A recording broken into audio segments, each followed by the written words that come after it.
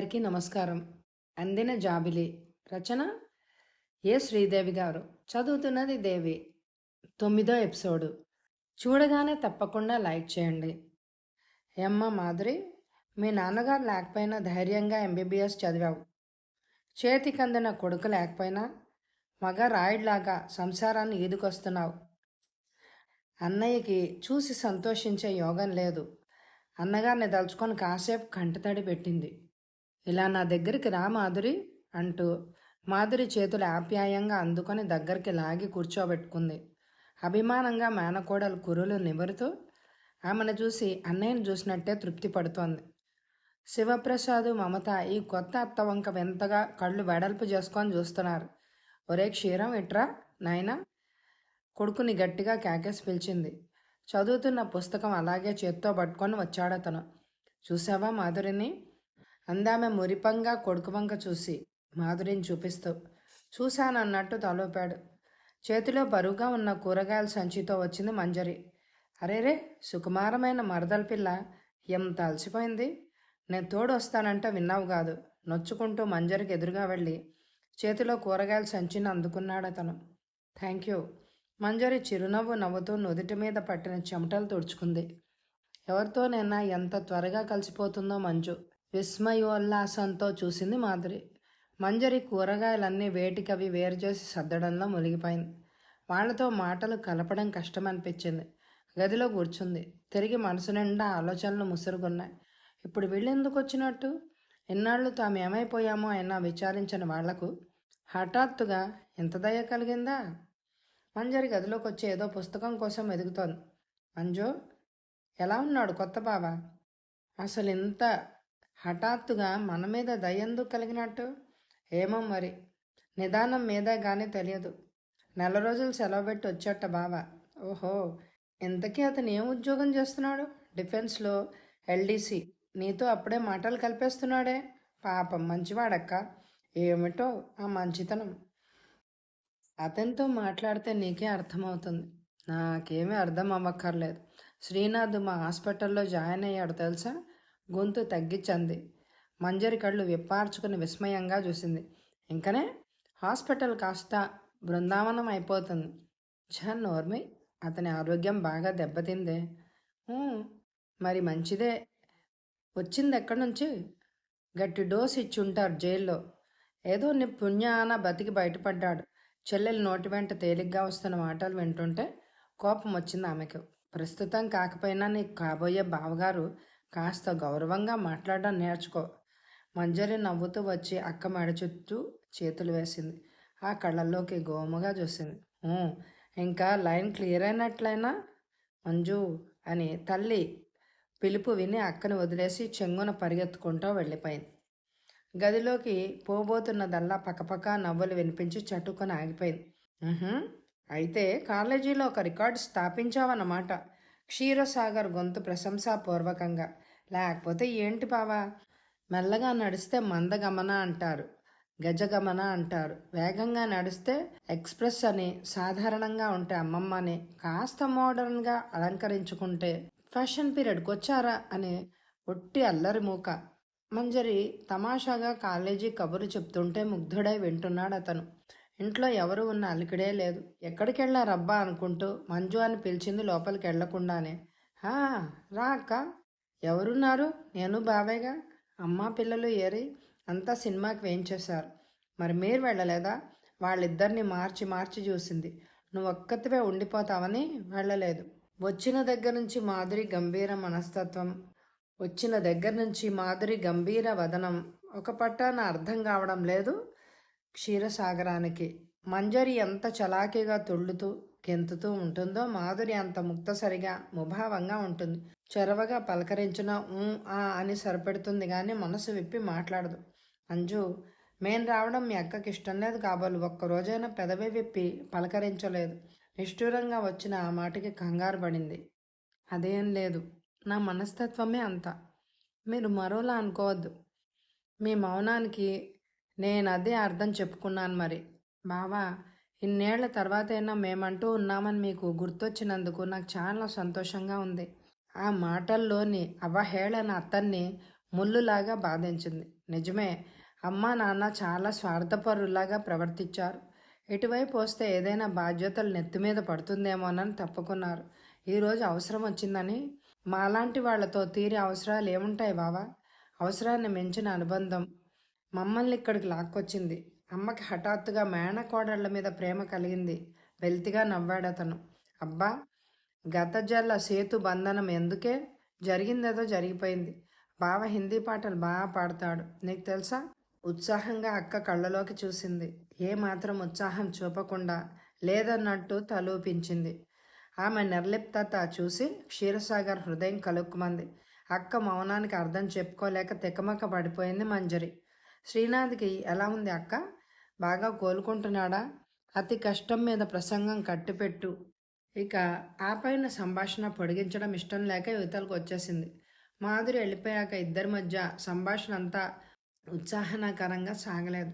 క్షీరసాగర్ ముఖాన్ని అలుముకున్న నీలి నీడలు గమనించి గతుక్కుమందిరి మంజరి మనసు. పక్కనే ఉన్న కృష్ణశాస్త్రి గారి కృష్ణ పక్షం తీసి పేజీలు తిరిగేస్తూ కూర్చుంది. అతను ఎంతసేపటికి పలకరించకపోయేసరికి విసుగ్గా పుస్తకం పక్కనే పడేసింది. ఏంటి బావా, నువ్వు కూడా అలా మూడుగా అయిపోయావు? అలకగా చూసింది. ఏం లేదు మంజరి, మీ అక్క అలా ఉండడానికి కారణం 1,00,000 ఉంటాయి. చూడండి, మా అక్కలాంటి వాళ్ళు తాము సుఖపడరు, ఇతరుల్ని సుఖపడనివ్వరు. తను నవ్వలేదు, ఇతరులు నవ్వితే చూడలేదు. ఎప్పుడొచ్చిందో మాధురి చెల్లెలు మాటలు పూర్తి చేసింది. మంజరి దిగ్భ్రాంతురాలే చూసింది. మాధురి చూపుల్లో మరింత గంభీరత చోటు చేసుకుంది. అవును మంజు, బాగా చెప్పావు. నా సుఖం చూసుకోవడం చేత కావడం లేదు. నిజమే, చాలా బాగా చెప్పావు. బాధ్యత వలయంలో బిగుసుకుపోయి నేను హాయిగా నవ్వలేకపోతున్నాను. సమస్యను ఎలా పరిష్కరించుకోవాలో తెలియక అల్లాడిపోతున్నాను. ఆ మాట అనేసి గిరుక్కున వెనక్కు తిరిగింది.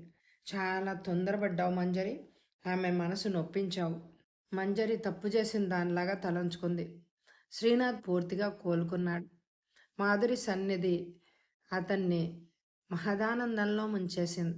మెడలో స్టెథోస్కోప్ వేసుకుని ఆదరంగా, ఆప్యాయంగా, ఆత్మీయంగా రోగుల్ని పలకరిస్తూ తీయగా కబుర్లు చెప్తూ వాళ్ళు అడిగిన ప్రశ్నలన్నిటికీ ఓపిగ్గా సమాధానాలు ఇస్తూ చకచక శాంత దేవతలాగా తిరిగే ప్రణయ దేవతని చూసుకుంటూ ఉంటే అతని మనసు ఆనంద తరంగమైపోతోంది.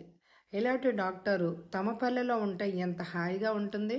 గర్భిణీ స్త్రీలు హఠాత్తుగా ముంచుకొచ్చి చనిపోవడం, బాలింతరాళ్ళు ఉన్నట్టుండి వాతం కమ్మి కన్నుమోయడం, అర్ధాంతరపు చావులు నివారించవచ్చు. ఇలాంటి ఊహలు అతని మనసులో చెలరేగి దృఢ నిశ్చయంతో పిడికిలు బిగుసుకుపోతున్నాయి. ఆ రోజు సాయంత్రం మాధురిని పార్కుకి తీసుకెళ్లాడు బలవంతాన. పరిపూర్ణ ఆరోగ్యంతో మెరిసిపోతున్న ఆ ప్రేమమూర్తిని చూస్తుంటే ఆమె మనసంతా అనిర్వచనీయమైన ఆనందంతో తేలిపోయింది. 2 నెలల క్రితం తాను చూసిన శ్రీనాథ్కి ఇప్పుడు కనిపిస్తున్న మనోహర రూపానికి ఎక్కడా పోలిక లేదు. ఇద్దరు ఒకరి గుండెల్లో ఒకరు నిండిపోయి కొంతసేపటి వరకు మాట్లాడుకోలేకపోయారు. మధు, ఎంతకాలం ఇలా లేఖలు రాస్తూ ఊహల్లో బ్రతకమంటావు? జీవితమంతా షాక్ తిన్నట్టు చూశాడు. పెదవులు బిగించి కంటి కొసల నుంచి కొంట నవ్వు చిందించింది. నీకు తమాషాగా ఉంది కదూ? ముఖం సీరియస్గా పెట్టుకొని మూతి బిగించేశాడు. అలిగిన వేళనే చూడాలి. అతని చేతిని అందుకొని ఆప్యాయంగా చూసింది. అమ్మాయి గారికి పాటలు వస్తున్నాయే? ఈ అబ్బాయి గారి సహవాస దోషం. నిండుగా నవ్వింది. నవ్వినప్పుడు మనోజ్ఞంగా విచ్చుకున్న పువ్వులాంటి ఆ మొహాన్ని తనివితీరా చూస్తూ తన్మయంతో మునిగిపోయాడు. ఇంకా ఒక్క క్షణం కూడా ఆలస్యం భరించలేనట్టున్నాయి అతని చూపులు. మధు, నేను డైరెక్ట్గా వచ్చి మీ అమ్మను అడిగేస్తాను. కాదంటే ఆమెను ఎదిరించి నాతో వచ్చేయగలవా? అతని గొంతులోని ఆశ కొట్టుమిట్టాడుతోంది. అంత పని జరగకూడదనే ఇన్నాళ్ళు నేను వేచి ఉన్నది. ఎన్నాళ్ళు ఓపిక పట్టావు. ఇంకొక 10 రోజులు టైం ఇవ్వు నాకు. అమ్మ మనసు నొప్పించకుండా కార్యం సాధిస్తాను. నువ్వు ఇలాగే వాదాలు వేస్తూ ఉండు, నేను ముసలాన్ని అయిపోతాను. విరహగీతాలు రాసుకోవడానికి కూడా చేతులు వణుకుతూ ఉంటాయి. అతని కృత్రిమ కోపం చూసి పక్కున నవ్వేసింది ఆమె. ఒక 10 రోజులు టైం ఇవ్వండి చాలు. నమ్మమంటావా? దీనంగా చూశాడు. అతని చేతిని తన చేతిలోకి తీసుకొని మృదువుగా నిమరసాగింది. ఆ స్పర్శలో 1000 అనుభూతులు అతని మనసును చుట్టేశాయి, ఆహ్లాదపరిచాయి. మనసుని ఆనంద సాగరంలో మొలకలేశాయి. నువ్వేమో ఇలా మురిపించు, కవ్వించి దూరంగా ఉండిపోతావు. అమ్మకి సమాధానం చెప్పలేక సతమతం అయిపోతున్నాను. నా కోసం ఒక్క 10 రోజులు ఇంట్లో అత్తయ్య వాళ్ళు ఉన్నారు. వాళ్ళ ముందు పలచనైపోవడం బాగుండదు. ఆమె అంతగా అభ్యర్థిస్తుంటే కాదనలేకపోయాడు. మంజరిని క్షీరసాగర్ చేసుకుంటాను అనడంతో మీనాక్షికి గుండెల మీద నుంచి కొండంత బరువు దిగిపోయినట్లయింది. మాధురి విషయం మనసుని మదిలిస్తున్నా తన ఆజ్ఞను దాటిపోదనే ధైర్యంతో నిశ్చింతగా ఉంది. ఆలోచనల్లోంచి త్రుళ్ళిపడి లేచి మాధురి ఈరోజు శ్రీనాథ్ దగ్గర నుంచి వచ్చిన లేఖ పైకి తీసింది. అపురూపమైన సుమమాలను తాకినట్టు ఎంతగా అనుభూతి చెందుతూ కాగితం మడతలు విప్పింది. ప్రియమధు, రోజులు దొర్లిపోతున్నాయి. వసంతాలు నన్ను చూసి నవ్వుతున్నాయి. చందమామ జాలిగా తొలగిపోతున్నాడు. కానీ ఏదో ఆశ గుండెని తొలిచేస్తోంది. మీ అమ్మకు నచ్చజెప్పడం, హితబోధలు చెప్పడం చెవిటి వాళ్ల ముందు శంఖం ఊదినట్టే. రేపు 16వ తారీఖున హైదరాబాద్ వస్తే మనం అన్ని విషయాలు మాట్లాడుకోవచ్చు. గాంధీ నగర్లో నా స్నేహితుడున్నాడు. నువ్వు సరాసరి అక్కడికి వచ్చాయి, సరేనా? ఈ సమాజం ఇక మారదని గుండె రాయి చేసుకోమంటావా? అందుకు సిద్ధమే. జీవితాంతం నీ ఆరాధనలో ఇలా తీయగా చేదుగా గడిపేస్తాను. అన్ని పువ్వులు పూజార్హం కావు. నీ తీయని స్మృతుల్లో జీవితాన్ని ఒక మధుర కావ్యంలా మలుచుకుంటాను. నీ నిర్ణయం ఏదో త్వరగా కాకపోయినా నింపాదిగా తెలియజేయి. హైదరాబాద్లో నీ కోసం ఎదురు చూస్తూ ఉంటాను. నాకు ఆశాభంగం కలిగించవు కదూ. నీ శ్రీనాథ్. జారిపోతున్న కన్నీళ్లను తుడుచుకుంటూ లేచి వెళ్ళి పెన్ కాగితం తెచ్చుకుంది. గుండెల్లో హోరు రగిలే మండుతున్న భావాలు అక్షర రూపంలో సాగిపోతున్నాయి.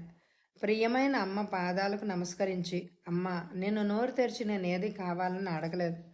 ఆ స్థితికి అలగకుండా పెంచావు. అందుకే నీవు గీసిన గెటు దాటలేకపోయాను. నా ప్రమేయం లేకుండానే నా జీవితం మరో దారిలో నడిచింది. ఈ అర్థం లేని ఆచారాలు సాంప్రదాయాలు మనకి కూడు గుడ్డ పెట్టవు. మనలాంటి మధ్యతరగతి కుటుంబాలు ధైర్యంగా ముందడుగేసి ప్రగతి పదంలో పయనించలేకపోతే కుంగిపోయేది మనమే. అప్పుల పాలయ్యే మనల్ని ఆచారాలు సాంప్రదాయాలు రక్షించవు. బంధుమిత్రులు ఆదుకోరు. అమ్మా, నీ దారిలోకి నేను రాలేను. నా వ్యక్తిత్వం చంపుకోలేను. వేలు డబ్బు పోసి చదువుకొని జీవితాంతం సంపాదించి పోసి ఒక విద్యావతికి కూడా 10,000 కట్నం కోరే ప్రబుద్ధులున్న ఈ సమాజంలో ఇంకో 100 ఏళ్ళున్నా మారదు. దాన్ని గుడ్డిగా అనుసరించడం నేను భరించలేను. నా దారికి నీవు రాలేకపోతే జీవితాంతం ఇలా యోగిలా ఉండిపోతాను. మరి ఇంకెప్పుడు నా పెళ్ళి ఊసి ఎత్తకూడదు. నా శరీరంలో ప్రాణాలు ఉన్నంత వరకు ఈ కుటుంబం కోసం నా సర్వస్వాన్ని ధారపోస్తాను. నా పెదవుల మీద చిరునవ్వు కోసం నువ్వు ఎప్పుడూ వెతకొద్దు. విశాల హృదయంతో చిరునవ్వుతో నన్ను ఆశీర్వదిస్తావో, సాంప్రదాయాల సంఖ్యళ్ళు తగిలించుకొని నా జీవితం ఎడారి చేస్తావో నీ ఇష్టం. నీ నిర్ణయం ఏదైనా స్వీకరించడానికి నేను సిద్ధంగా ఉన్నాను. నేను శ్రీనాథ్ని ప్రేమించాను. అతడితోటే నా జీవితం అని అనుకుంటున్నాను. నువ్వు దీనికి అంగీకరిస్తావో అంగీకరించవో నీ నిర్ణయాన్ని నాకు తెలియచేయి. ఇట్లు నీ కూతురు మాధురి. ఆలేక తల్లి దిండు కింద పెట్టి మళ్ళీ వచ్చి తన మంచం మీద పడుకుంది. ఎగసిపడే ఎడదని జోకొడుతూ అలసటగా కళ్ళు మూసుకుంది.